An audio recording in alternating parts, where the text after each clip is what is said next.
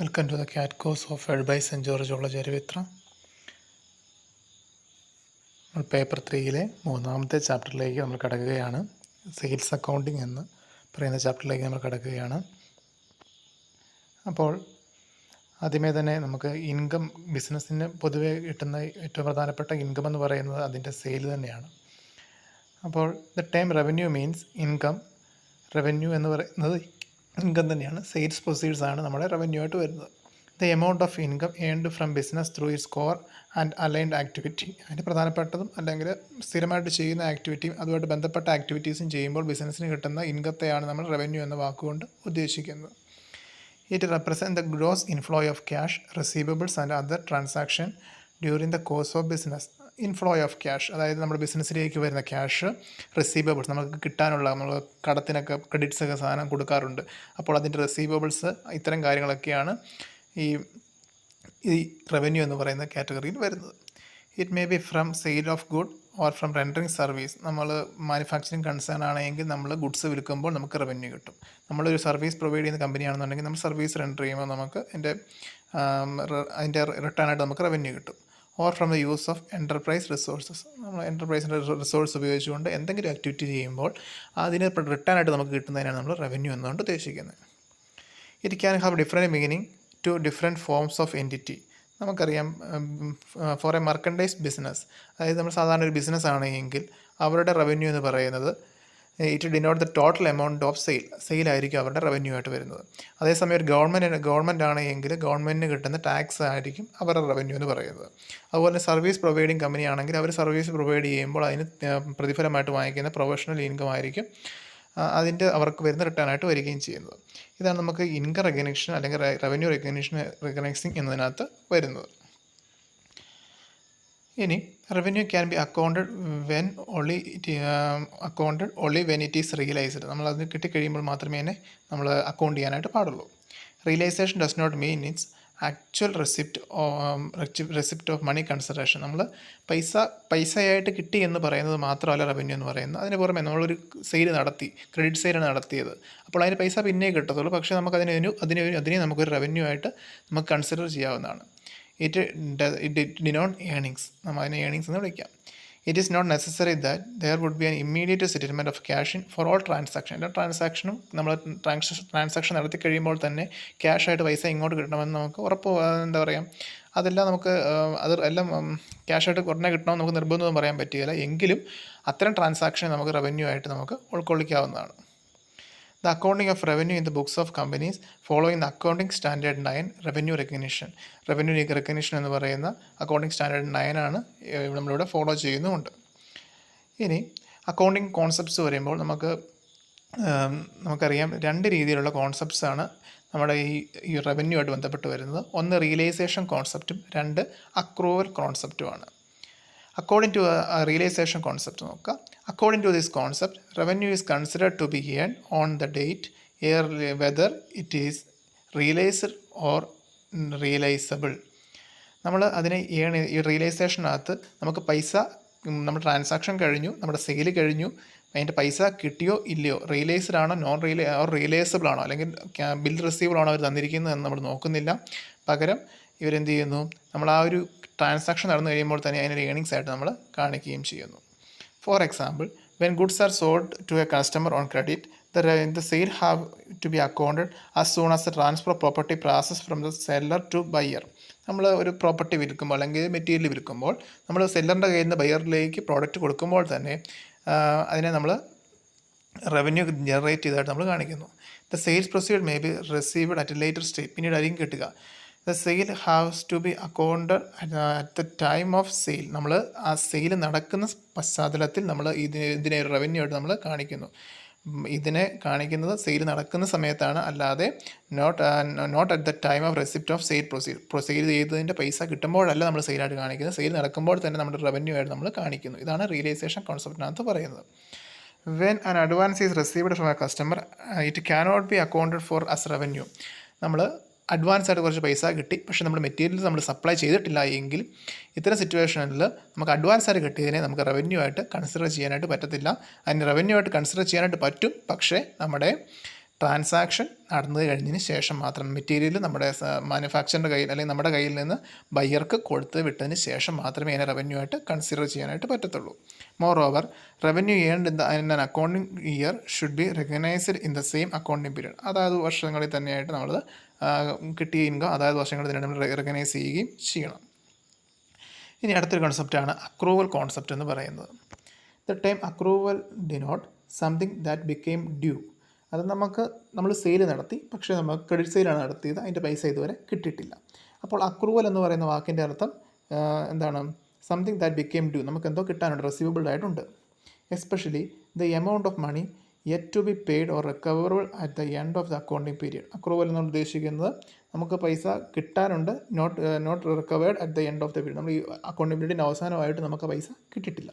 ഇതിനെയാണ് നമ്മൾ അക്രൂവൽ എന്ന് വിളിക്കുന്നത്. It is not worthly that the revenue should be recognised in the books of account as earn soon as the required transaction takes place. നമ്മൾ transaction നടക്കുമ്പോൾ തന്നെ sale നടക്കുമ്പോൾ തന്നെ നമ്മൾ സെയിലായിട്ട് കാണിക്കാറുമുണ്ട്. The revenue may have been recovered or not, but it has to be accounted for when it has occurred in the business. നമ്മൾക്ക് പൈസ കിട്ടിയോ ഇല്ലയോ നമ്മൾ നോക്കുന്നില്ല, പക്ഷേ നമ്മൾ ട്രാൻസാക്ഷൻ നടക്കുമ്പോൾ തന്നെ നമ്മുടെ ബുക്സ് ഓഫ് അക്കൗണ്ടിൽ കാണിക്കുന്നുണ്ട്. അതുകൊണ്ട് തന്നെ ഈ പൈസ കിട്ടാനുള്ളതിന് നമ്മൾ എന്ത് കാണിക്കുന്നു എന്നാണ് പറയുന്നത്. The financial statement will not reveal a true and fair view of the affairs of the business unless all transaction pertaining to that year has been accounted for. ആ ഒരു വർഷത്തെ അക്കൗണ്ടിങ്ങിലുള്ള കാര്യങ്ങളെല്ലാം ഈ അക്രൂവലും കാര്യങ്ങളൊക്കെ കാണിച്ചില്ല എന്നുണ്ടെങ്കിൽ നമ്മൾ സെയിൽ നടത്തിയപ്പോൾ തന്നെ നമ്മളത് റവന്യൂ ആയിട്ട് കാണിച്ചു. അപ്പോൾ അക്രൂവൽ നമ്മൾ ബുക്സിൽ കാണിച്ചില്ല എന്നുണ്ടെങ്കിൽ നമുക്ക് എന്ത് സംഭവിക്കുന്നു ചോദിച്ചു കഴിഞ്ഞാൽ ഫിനാൻഷ്യൽ സ്റ്റേറ്റ്മെൻറ്റ് അല്ലെങ്കിൽ നമ്മൾ ഫൈനൽ അക്കൗണ്ട്സ് ഒക്കെ വരുമ്പോൾ അത് തെറ്റിപ്പോകാനുള്ള ചാൻസ് ഉണ്ട്. കാരണം അക്രൂവൽസ് കാണിച്ചില്ലെങ്കിൽ നമ്മുടെ ക്യാഷ് ബാലൻസിനകത്തും വ്യത്യാസം വരും. കാരണം എന്താ പറയുക, നമ്മൾ സെയിൽ നടത്തി മെറ്റീരിയലിൻ്റെ സ്റ്റോക്കിൻ്റെ വാല്യൂ കുറഞ്ഞ്, പക്ഷെ നമുക്ക് ക്യാഷ് കിട്ടിയിട്ടില്ല. അപ്പോൾ അക്രൂവൽ കാണിച്ചില്ല എന്നുണ്ടെങ്കിൽ, അക്രൂവൽ കാണിക്കുകയാണെങ്കിൽ നമുക്ക് ഈ അല്ലെങ്കിൽ ക്യാഷ് ഈക്വലൻ്റ് ആയിട്ട് ലിക്വിഡ് അസറ്റായിട്ട് നമുക്ക് റെസീവബിൾ കാണിക്കാനായിട്ട് പറ്റും. അപ്പോൾ അക്രൂവൽ കൺസെപ്റ്റിനകത്ത് ഇതാണ് പറയുന്നത്, അത് നമ്മൾ കൃത്യമായിട്ട് കാണിക്കണം. According to the system the books of account have to be maintained on accrual or merchandise basis. അപ്പോൾ നമ്മുടെ അക്രൂവൽ ബേസിസിലായിരിക്കും ഇത്തരം സിറ്റുവേഷനിൽ നമ്മൾ ബുക്സ് ഓഫ് അക്കൗണ്ട്സ് മെയിൻറ്റെയിൻ ചെയ്യുന്നത്. അക്രൂവൽ ബേസിസ് എന്ന് പറഞ്ഞു കഴിഞ്ഞാൽ നമ്മൾ പൈസ പ്രൊഡക്ട്സ് കൊടുത്തു, പക്ഷെ നമുക്ക് ക്യാഷ് കിട്ടിയിട്ടില്ല. നമ്മൾ എന്ത് ചെയ്യുന്നു, നമ്മുടെ റവന്യൂവിൻ്റെ താഴെയായിട്ട് ഔട്ട്സ്റ്റാൻഡിങ് ആയിട്ട് നമ്മൾ കാണിക്കുന്നു. അതായത് നമ്മൾ സാധാരണ രീതിയിൽ നമ്മൾ എന്താ പറയുക, വേജസിനൊക്കെ ചെയ്യുന്നത് പോലെ തന്നെ വേജസ് എഴുതി വേജസിന് താഴെയായിട്ട് നമ്മൾ കൊടുക്കാനുള്ള നമുക്ക് ലയബിളായിട്ടുള്ള വേജ് നമ്മൾ എന്ത് ചെയ്യാറുണ്ട്, ഔട്ട്സ്റ്റാൻഡിങ് വേജായിട്ട് കാണിക്കാറുണ്ട്. അതുപോലെ ഇതും കാണിക്കുകയും ചെയ്യുന്നു. റവന്യൂ ആണ്, പക്ഷേ നമുക്ക് not yet received. Then accounting for cash sales and credit sale. അപ്പോൾ രണ്ട് രീതിയിലുള്ള സെയിൽസാണ് ഒരു ബിസിനസ്സിൽ നോർമലായിട്ട് നടക്കാറുള്ളത്. ഒന്ന് ക്യാഷ് സെയിലും രണ്ടാമത് ക്രെഡിറ്റ് സെയിലും. Business may sale its goods at cash or credit basis. Cash ബേസിസിലോ ക്രെഡിറ്റ് ബേസിസിലോ ഗുഡ്സുകൾ വിൽക്കാറുണ്ട്. When goods are sold for cash the proceeds are immediately received and accounted for. നമ്മൾ ക്യാഷ് സെയിൽ നടത്തുമ്പോൾ നമ്മൾ ഗുഡ്സ് വിറ്റു, അന്നേരത്തിന് നമുക്ക് ക്യാഷ് കിട്ടുകയും ചെയ്യുന്നു. In case of goods are sold on credit the proceeds are received in a later stage. അതായത് നമ്മൾ പ്രൊഡക്ട്സ് ക്രെഡിറ്റ് സെയിലാണ് കൊടുക്കുന്നതെന്നുണ്ടെങ്കിൽ പൈസ പിന്നീട് കിട്ടത്തുള്ളൂ. As per credit days allowed by the times of the sale. നമ്മൾ എത്ര ദിവസത്തേക്കാണോ ക്രെഡിറ്റിന് കൊടുത്ത്, 1 മാസത്തേക്ക് കൊടുത്താൽ 2 മാസത്തേക്ക് കൊടുത്താകാം. അപ്പോൾ ആ ഒരു പീരീഡിന് ശേഷമേ നമുക്ക് അതിൻ്റെ ക്യാഷ് കിട്ടത്തുള്ളൂ. So business record sales either as cash sale or credit sale. അപ്പോൾ ബിസിനസ് ക്യാഷ് സെയിൽ വേറെ കാണിക്കണം, ക്രെഡിറ്റ് സെയിൽ കിട്ടാനുള്ള പൈസയാണ്. അപ്പോൾ അത് വേറെ ഒരു സ്റ്റേറ്റ്മെൻറ്റായിട്ട് ബുക്സ് മെയിൻറ്റെയിൻ ചെയ്യുകയും ചെയ്യണം. ദെൻ ഇനി എങ്ങനെയാണ് നമ്മുടെ ക്യാഷ് സെയിൽസ് റെക്കോർഡ് ചെയ്യുന്നത്? ഒന്നാമത് തന്നെ നമ്മൾ preparing cash memo or bill. നമ്മൾ സെയിൽ നടക്കുമ്പോൾ തന്നെ നമ്മൾ എന്ത് ചെയ്യുന്നു, ക്യാഷ് മെമ്മോ, എന്തൊക്കെ പ്രൊഡക്ട്സ് ആണ്, എന്തൊക്കെ ക്വാണ്ടിറ്റിയിലുണ്ട്, ഇങ്ങനെയുള്ള കാര്യങ്ങളൊക്കെ ഉൾക്കൊള്ളിച്ചുകൊണ്ട് ഒരു ബില്ല് തയ്യാറാക്കുന്നു.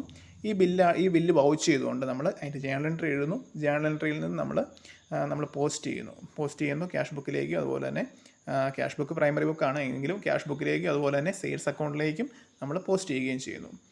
ഇനി എന്നാൽ ഇതിൻ്റെ എക്സെപ്ഷനോട് കൊടുത്തിട്ടുണ്ട്. നമ്മൾ സാധാരണ അക്കൗണ്ടിങ് പ്രോസസ്സ് തന്നെയാണ് ക്യാഷ് സെയിലിനകത്ത് പറഞ്ഞിട്ടുള്ളൂ. ആദ്യമേ ബില്ലിൽ നിന്ന് നമ്മൾ ജേണൽ തയ്യാറാക്കുന്നു, ജേണലിൽ നമ്മൾ അക്കൗണ്ട്സിലേക്ക് പോസ്റ്റ് ചെയ്യുന്നു. ഇവിടെ ക്യാഷ് സെയിൽ ആയതുകൊണ്ട് തന്നെ ക്യാഷ് അക്കൗണ്ടും സെയിൽസ് അക്കൗണ്ടുമാണ് വരുന്നത്. ഇനി exception, any asset used for the business sold for cash will not be rated as cash sale. ഇത് നമ്മുടെ ഫിക്സഡ് അസറ്റ് വിൽക്കുന്നത്, ഇങ്ങനെയുള്ള എക്സ്പെൻസസ് ഒക്കെ ഇങ്ങനെ വരുന്ന റവന്യൂസൊക്കെ നമുക്ക് നമ്മുടെ നോർമലായിട്ടുള്ള നമ്മുടെ എന്താ പറയുക നമ്മൾ സാധാരണ രീതിയിൽ ഇത്തരം അസറ്റുകളൊക്കെ വിൽക്കുന്നതൊന്നും നമ്മൾ ഒരിക്കലും നമ്മുടെ ട്രേഡിംഗ് അക്കൗണ്ടിൽ കാണിക്കാറില്ല.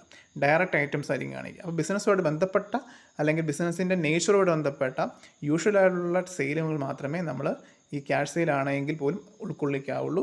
എക്സെപ്ഷൻസ് വരും. നമ്മൾ ഫർണിച്ചർ വിറ്റതോ മെഷീൻ വിറ്റതോ ഇങ്ങനെയുള്ളതൊക്കെ വിൽക്കുന്ന കാര്യങ്ങളൊന്നും നമ്മൾ ഒരിക്കലും നമ്മുടെ എന്താ പറയുക ഇത്തരം സെയിൽസ് ക്യാഷ് സെയിലിൻ്റെ അക്കൗണ്ടിനകത്ത് നമ്മൾ രേഖപ്പെടുത്താറില്ല. എന്താണ് ക്യാഷ് മെമ്മോ എന്ന് പറയുന്നു. Whenever the cash sale is made, cash memo is prepared and delivered to the customer along with the good. നമ്മൾ എന്താ പറയുക ഒരു സെയിൽ നടക്കുമ്പോൾ തന്നെ അതിൻ്റെ ബില്ല് ക്യാഷ് മെമ്മോ നമ്മൾ തയ്യാറാക്കുന്നു. അത് പ്രിപ്പയർ ചെയ്തതിന് ശേഷം കസ്റ്റമറിൻ്റെ ഗുഡ്സിൻ്റെ കൂട്ടത്തിൽ കസ്റ്റമറിന് കൊടുക്കുകയും ചെയ്യുന്നു. Cash memo include quantity, rate, description and amount in the letter head with signature. നമ്മുടെ ഒരു ബിസിനസ്സിൻ്റെ ഒരു ബില്ലെന്ന് പറയുമ്പോൾ അതിൻ്റെ മുകളിലായിട്ട് അതിൻ്റെ കമ്പനിയുടെ പേരും GST നമ്പർ അങ്ങനെ കാര്യങ്ങളൊക്കെ കാണുമായിരിക്കും. അതുപോലെ തന്നെ താഴെയായിട്ട് എത്ര ക്വാണ്ടിറ്റി എത്രയാണ്, റേറ്റ് എത്രയാണ്, എന്ത് പ്രോഡക്റ്റാണ്, എല്ലാം കൂടി എത്ര രൂപയായി എന്നൊക്കെ പറഞ്ഞുകൊണ്ട് ഒരു ടേബിൾ പോലെ കാണും. അതിന് താഴെയായിട്ട് ഇവർ എന്ത് ചെയ്യും ഓതറൈസ് ചെയ്തുകൊണ്ടുള്ള സിഗ്നേച്ചറും കാണും. From the cash memo the transaction has to be record in the books of account. നമ്മൾ ഈ ക്യാഷ് മെമ്മോയിൽ നിന്നാണ് നമ്മുടെ ബിസിനസ്സിൻ്റെ ജേണൽ എൻട്രിയിലേക്ക് വരുന്നത്. Cash memo or bill form the basis of journal entry. നമ്മുടെ ജേണൽ എൻട്രിയുടെ ഏറ്റവും പ്രൈമറി ആയിട്ടുള്ള നമ്മുടെ പ്രൈമറി ഡേറ്റ ആയിട്ട് കിട്ടുന്നതാണ് ഈ ക്യാഷ് മെമ്മോ. ഈ ക്യാഷ് മെമ്മോയിൽ നിന്നായിരിക്കും നമ്മൾ നമ്മുടെ ജേണൽ എൻട്രി തയ്യാറാക്കുകയും ചെയ്യുന്നത്. ദെൻ ക്യാഷ് മെമ്മോയുടെ ഫീച്ചേഴ്സാണ് പറയുന്നത്. It is issued in case of cash transaction. Cash transaction നടക്കുമ്പോഴാണ് നമ്മൾ ക്യാഷ് മെമ്മോ കൊടുക്കുന്നത്. It serves as an evidence of cash being paid by the buyer to the seller. നമ്മൾ buyer സെല്ലർക്ക് പൈസ കൊടുത്തു എന്നതിൻ്റെ തെളിവായിട്ട് ബില്ല് കാണിക്കുകയും ചെയ്യാവുന്നതാണ്. അപ്പം പൈസ കൊടുത്തു കഴിയുമ്പോൾ നമ്മൾ സാധാരണ കടകളിലൊക്കെ കാണുന്നതാണ് റിസീവ്ഡ് എന്ന് പറഞ്ഞുകൊണ്ട് ഒരു സീൽ ചെയ്യും. അതുപോലെ അതിന് എന്ത് ചെയ്യും, ക്യാഷ് പേ ചെയ്തതിന് ശേഷം ആ റിസീവ്ഡ് എന്ന് പറയുന്ന ആ ഒരു സീൽ ഉണ്ടെങ്കിൽ നമുക്കതിന് ക്യാഷ് കസ്റ്റമർ സെല്ലർക്ക് ക്യാഷ് കൊടുത്തതാണ് എന്നതിന് തെളിവായിട്ടും ഉപയോഗിക്കാവുന്നതാണ്. Then it has to be seriously numbered. ഓരോ ബില്ലിനും കൃത്യമായിട്ടുള്ള നമ്പർ ഉണ്ടായിരിക്കും. ആ നമ്പർ നോക്കിയിട്ടായിരിക്കും എപ്പോൾ കൊടുത്താണെന്ന കാര്യമൊക്കെ പിന്നീട് റെക്കോർഡ് നമുക്ക് ചെക്ക് ചെയ്യാനൊക്കെ ആയിട്ട് പറ്റും. It is termed as cash bill. നമുക്കിതിനെ ക്യാഷ് ബില്ലെന്നും പറയാവുന്നതാണ്. When the cash is received against the bill of sale, the word cash received is affixed in the face of cash memo. നമ്മൾ നമ്മുടെ സെല്ലർക്ക് പൈസ കിട്ടിക്കഴിഞ്ഞ് കഴിയുമ്പോൾ സെല്ലർ ഈ ബില്ലിൻ്റെ ഫേസിലായിട്ട് ബില്ലിൻ്റെ ഭാഗത്ത് സീൽ ചെയ്യും. അത് ക്യാഷ് റിസീവ്ഡ് എന്ന് പറഞ്ഞുകൊണ്ട് സീൽ ചെയ്യും. അത് പൈസ കൊടുത്തു എന്നതിന് തെളിവായിട്ട് രണ്ടുപേർക്കും ഉപയോഗിക്കുകയും ചെയ്യാവുന്നതാണ്. Normally cash memo is prepared in triplicate. 3 കോപ്പിയാണ് ക്യാഷ് മെമ്മോയുടെ തയ്യാറാക്കുന്നത്. അപ്പോൾ ഈ 3 കോപ്പി എന്തിനാണെന്ന് ചോദിച്ചു കഴിഞ്ഞാൽ, ആദ്യമേ കസ്റ്റമർ വന്നു കഴിഞ്ഞിട്ട് പൈസ കൊടുക്കുമ്പോൾ ഒരു ബില്ല് കൊടുക്കും. ദെൻ രണ്ടാമത്തെ കോപ്പി എന്ന് പറയുന്നത് നമ്മുടെ സെല്ലർ ഗുഡ്സ്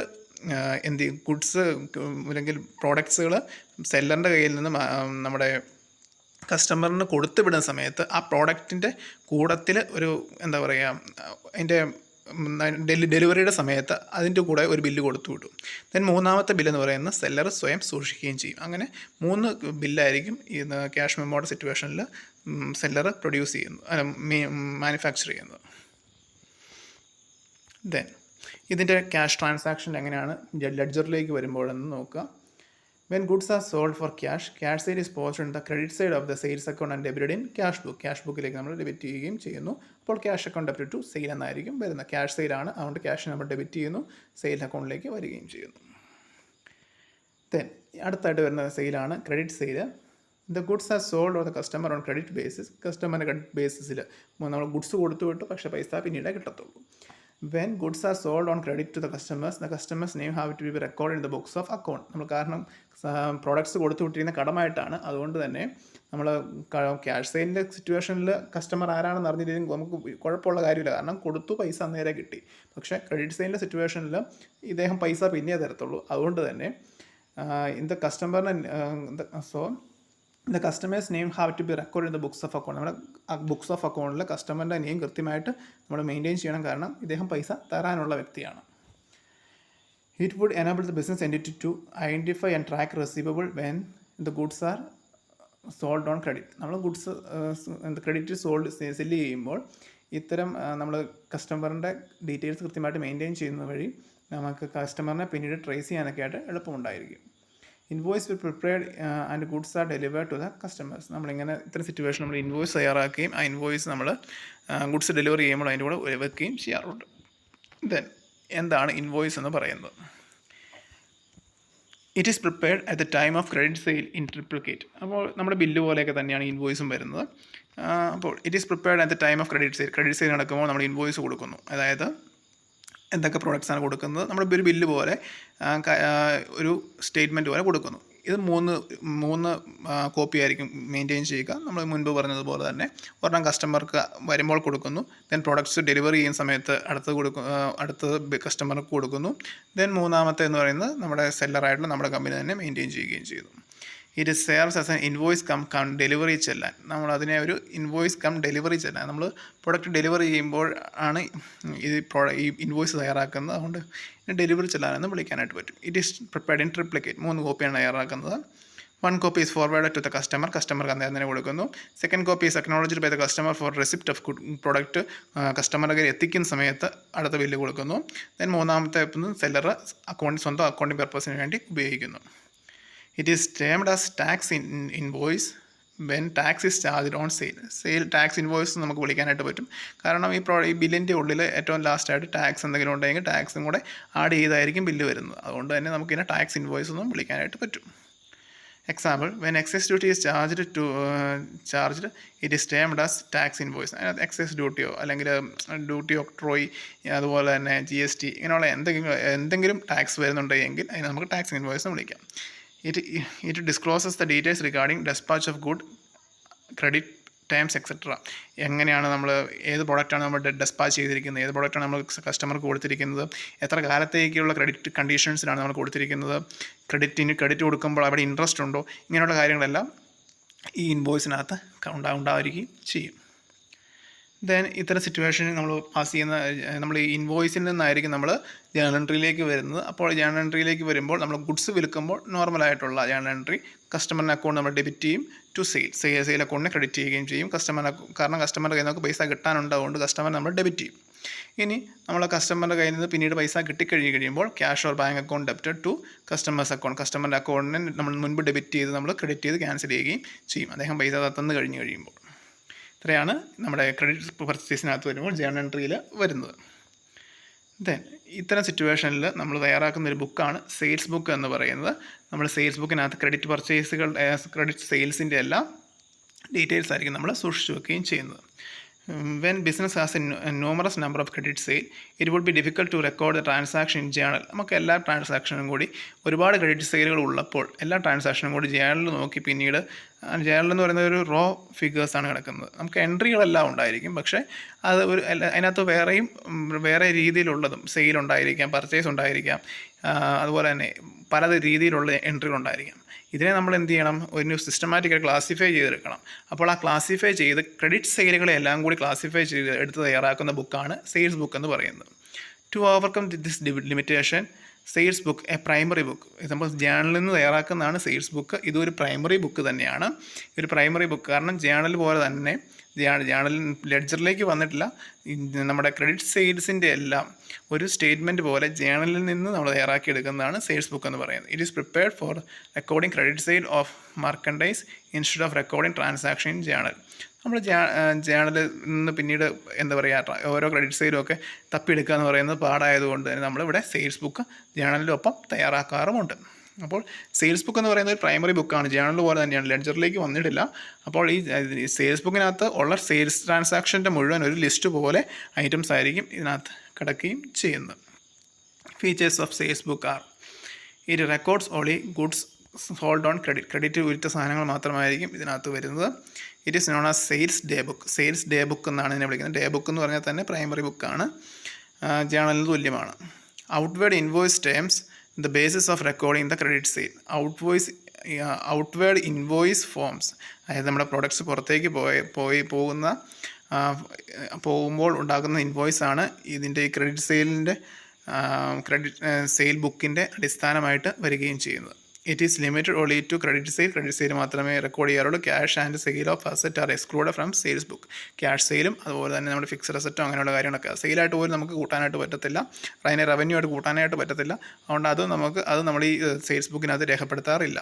ഇപ്പോൾ ഓടി ക്രെഡിറ്റ് സെയിൽ, ഇനി ക്രെഡിറ്റ് സെയിലിൽ നമ്മൾ ഫർണിച്ചർ വിറ്റാലും അല്ലെങ്കിൽ ഫിക്സഡ് അസറ്റ് വിറ്റാലും നമ്മൾ ഇതിനകത്ത് ഉൾക്കൊള്ളിക്കാറില്ല.